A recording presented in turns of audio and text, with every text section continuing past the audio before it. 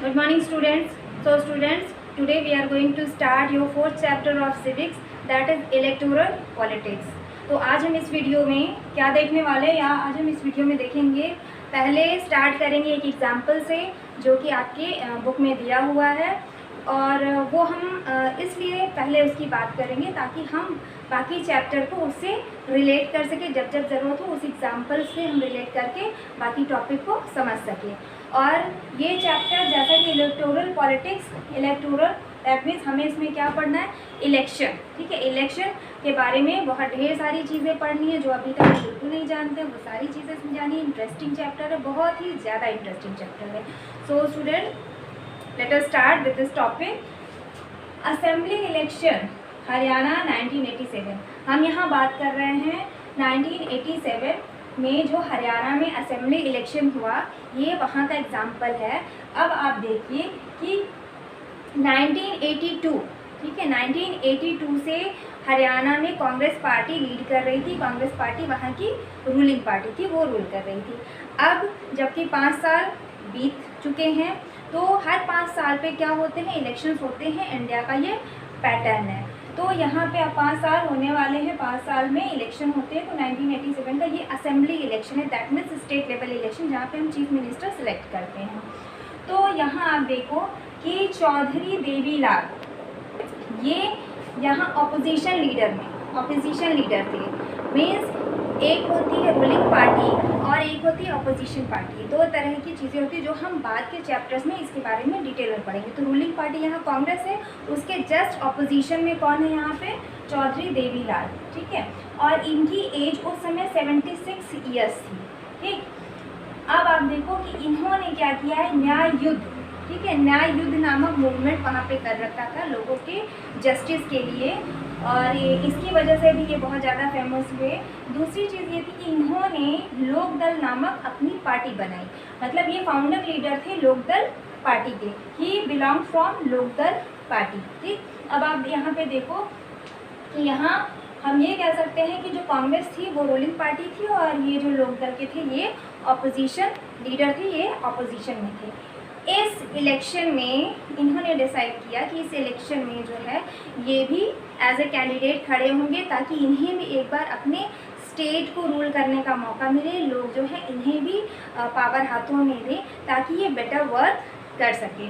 तो इस उद्देश्य के साथ ये यहाँ इलेक्शन में खड़े हो रहे थे। और स्टूडेंट्स, ये है कि जब भी कोई कैंडिडेट इलेक्शन में खड़ा होता है तो उसके पहले जो है वो कुछ ना कुछ प्रॉमिसेस जो है पब्लिक से ज़रूर करता है, ताकि उसके आधार पे वो ज़्यादा से ज़्यादा वोट सीख कर सके।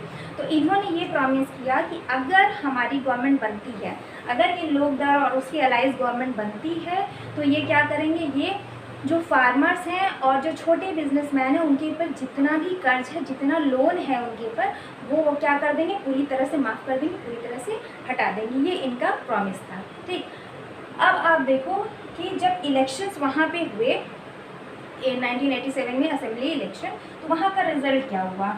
रिजल्ट ऑफ इलेक्शन, कांग्रेस जो कि रूलिंग पार्टी थी, लास्ट 5 ईयर से वो रूल कर रही थी, आउट ऑफ 90 सीट्स पे जो है ये स्टेट असेंबली इलेक्शन हुए थे 90 सीट्स पे, तो कांग्रेस ने 5 सीट ही कवर की थी। सिर्फ कांग्रेस को 5 सीट मिले। ठीक, अब यहाँ आप देखो जो लोकदल, ठीक है, जो लोकदल है और उसकी allies party, allies that means जो सपोर्टिव पार्टी होती है, मैं लीड रोल में हूँ और मुझे सपोर्ट करने वाले जो पार्टीज़ हैं उन्हें अलाइज कहते हैं। ठीक है, तो उसको मिला के एक गवर्नमेंट बनाई जाती है। तो लोकदल और उसकी जो अलाइज पार्टी थी उन्होंने जो है 90 में से 76 सीट स्कोर किया, 76 सीट्स को कवर किया। मतलब इतनी सीट्स पे वो जीते हैं, 76। और उसमें भी सबसे अच्छी बात ये थी कि आउट ऑफ 76 जो 60 सीट्स थी, ये 60 सीट्स ये अकेले लोक दल ने अपने दम पे जीता था, और रेस्ट ऑफ द 16 सीट्स जो थी वो उनकी अलाइज, उनकी सपोर्टिव पार्टीज ने जीता था। आप समझ सकते हो यहाँ कांग्रेस को 5 सीटें क्यों मिली और यहाँ लोक दल को 60 और टोटल 76 सीट्स क्यों मिली। ये सोचने की बात है। यहाँ पे ये ऐसा इसलिए हुआ क्योंकि शायद कांग्रेस ने 5 सालों में इतना सेटिस्फैक्ट्री वर्क नहीं किया था जो लोगों को अट्रैक्ट कर सके, जिससे लोगों को बहुत अच्छा महसूस हो या लोग ये महसूस करें कि हमारी प्रोग्रेस के लिए कुछ किया गया है। तो उन्होंने यहाँ पे क्या किया है कि उनका बिल्कुल समर्थन नहीं किया और अपना जो वोट था वो दूसरे को दिया, ताकि वो ये देखना चाहते थे कि जो दूसरी पार्टी है, जिससे जो दूसरी गवर्नमेंट बनती है, अब हम उसको चांस देना चाहते हैं ताकि वो हमारे लिए काम कर सकें। तो this is the pattern of Indian election कि यहाँ 5 साल का टेन्योर है। अगर उन 5 सालों में जो भी गवर्नमेंट बनाएगी वो अच्छा काम नहीं करती है तो next time we can elect some other government. Okay, so this was the example so that we can correlate this example with the other topics of this chapter.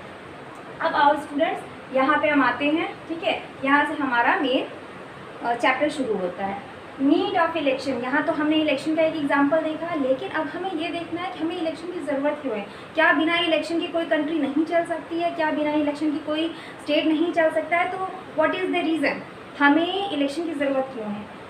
तो इसका जो आंसर है, इसके आंसर के लिए हमें पहले ये देखना पड़ेगा, इमेजिन करना पड़ेगा कोई एक ऐसी कंट्री, कोई लोकेलिटी, कोई स्टेट जो कि जहाँ पे कि इलेक्शंस ना होते हों तो वहाँ की सिचुएशन क्या होगी। दैट वी हैव टू सी। पहले जब हम ये देख लेंगे तो हमें इसका आंसर मिल जाएगा। आप यहाँ पे देखो, need of election, imagine a country without election. अगर हम कंट्री को बिना इलेक्शन के सोचे कि इलेक्शन नहीं हुआ तो वो कंट्री कैसे चलेगी? भाई डेफिनेटली रेगुलर मीटिंग्स, कि वहाँ की जो पूरी पब्लिक है सबको मिल के रेगुलर मीटिंग करना होगा एक जगह पे इकट्ठा होके, ताकि वो अपनी कंट्री को आगे चलाने के लिए, उसकी प्रोग्रेस के लिए, लोगों के बेनिफिट के लिए कुछ ना कुछ डिसीजन ले सके, कुछ ना कुछ रूल बना सके, कुछ ना कुछ पॉलिसीज़ बना सके। But in reality it is not possible.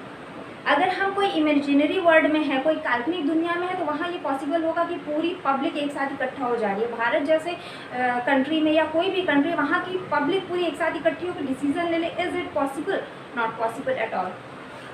Second factor आता है टाइम एंड नॉलेज, कि ये जो डिसीजन मेकर हमारे यहाँ पे होंगे तो क्या इन सब के पास एक साथ इतना टाइम हो जाएगा, एक साथ ये लोग रोज़ का रोज़ टाइम मैनेज कर लेंगे कि हाँ हमें कंट्री के लिए कुछ करना है तो हमें अपना टाइम इतना यहाँ पे देना है? क्या ये पॉसिबल है? नहीं पॉसिबल है। सब एक साथ फ्री होके इकट्ठे हो जाएं डिसीज़न लेने के लिए, ये पॉसिबल नहीं है। नॉलेज, क्या इस पूरी भीड़ में जो लोग डिसीज़न लेने आएंगे, इस पूरी भीड़ में हर एक इंसान को ये नॉलेज है कि हमें किस मैटर पर डिस्कशन करना है? क्या हर एक इंसान को ये नॉलेज है कि हमें किस तरह की पॉलिसीज़ बनानी है? क्या हर एक इंसान को ये नॉलेज होगा कि हर एक पॉलिसी या हर एक डिसीजन जो लिया जा रहा है वो most of the majority of the people के फेवर में जा रही है? Not possible. Experience, age and education, अगर हम ये भी इमेजिन कर लें कि चलो ठीक है इलेक्शंस नहीं हो रहे हैं तो हम अपने कंट्री किसी ऐसे हाथों में दे दें जो जिसकी एज बहुत ज़्यादा है, ठीक है, जिसकी एज ज़्यादा होगी तो दैट मीन मेच्योरिटी लेवल उसका ज़्यादा होगा तो उसका डिसीजन मेकिंग पावर अच्छा होगा। तो क्या ये श्योरिटी दी जा सकती है कि अगर 75 ईयर्स का कोई इंसान है तो उसकी डिसीजन पावर ज़्यादा अच्छी होगी और 25 ईयर्स की यूथ की डिसीजन पावर कम अच्छी होगी? No guarantee, no surety. अगर हम एक्सपीरियंस की बात करें कि ठीक है किसी को बहुत एक्सपीरियंस है तो वो ये देश चलाए, वो इस स्टेट को रूल करे, तो क्या एक्सपीरियंस पहले तो मैटर करता है कि एक्सपीरियंस किस एरिया में उसको है, क्या लीडिंग एक्सपीरियंस है या उसे एक्सपीरियंस किस चीज़ का है, ये बहुत बड़ा फैक्टर है। ऊपर से इतने बड़े कंट्री में जो है आप किस बेस पे जो है डिसाइड करोगे कि इस बंदे का एक्सपीरियंस कंट्री चलाने के लिए सबसे अच्छा होगा? ये भी बेकार का मैटर हो गया यहाँ पे, एकदम यूजलेस, पॉइंटलेस। अगर हमें ये लगता है एजुकेशन का फैक्टर ले ले कि हाँ कोई बंदा है जो इंजीनियर है, MBA है और बहुत बड़ा जो है टॉपर है मेरिटोरियस से कि हम जो है अपना स्टेट उसे चलाने के लिए दे दें, इज़ इट पॉसिबल? क्या ये कहीं लिखा हुआ है कि कोई टॉप रैंकर जो है देश को बहुत अच्छा चला लेगा या टॉप रैंकर है वो बहुत अच्छा डिसीज़न ले लेगा? बिल्कुल इसकी कोई गारंटी नहीं। ऐसा नहीं है कि जहाँ पेपर वर्क में जो है हमें रिजल्ट में 100% मिले हुए हैं तो हम इस कंट्री को बहुत अच्छा चला लेंगे, बिल्कुल नहीं। Sometimes what happens, sometimes not, usually what happens कि अगर आपके पास डिग्री नहीं भी है तो भी आपके पास लीडरशिप क्वालिटी बहुत अच्छी है, आप बिना डिग्री के भी जो है अपनी कंट्री को बहुत अच्छा रूल कर सकते हो, ठीक है। तो ये क्या है यहाँ पे, अब इन सब बातों का एक कंक्लूज़न यहाँ पे ये निकलता है कि बिना इलेक्शन के जो है कंट्री या स्टेट को बहुत अच्छे तरीके से रूल नहीं किया जा सकता। इन सारी प्रॉब्लम का सलूशन हमारे पास तब तक नहीं मिलेगा जब तक कि कंट्री में इलेक्शन पैटर्न ना हो। इन सारी चीज़ों से ओवरकम करने का एक ही आंसर है, election. So now come on the point, that is election. Election is a mechanism by which representatives are elected. Election एक ऐसा टूल है, एक ऐसा हथियार है जिससे जो है हम अपने रिप्रेजेंटेटिव्स को वोट के द्वारा इलेक्ट करते हैं। हम खुद इलेक्ट करते हैं, इसकी रिस्पॉन्सिबिलिटी हमारी अपनी खुद की है। हम किसी और को रिस्पॉन्सिबल नहीं बना सकते कि तुमने क्यों इलेक्ट किया, तुमने क्यों इलेक्ट किया। मैंने वोट दिया, मेरी जिम्मेदारी। Now what are the rights of voter. Voter क्यों इतना इम्पॉर्टेंट है, आप देखिए। Voters can choose law makers. Voter अपने वोट के द्वारा क्या करता है, जिसके में भी उसको ट्रस्ट होता है उसे जो है क्या बनाता है, वो लॉ डिसीज़न मेकर बनाता है कि हमने वोट किया कि इस बंदे में हमारा ट्रस्ट है, यही हमारा डिसीज़न मेकर होगा, यही इंसान हमारे हित के लिए डिसीज़न लेगा। दे can choose what will form the government, sorry they can choose who will form the government.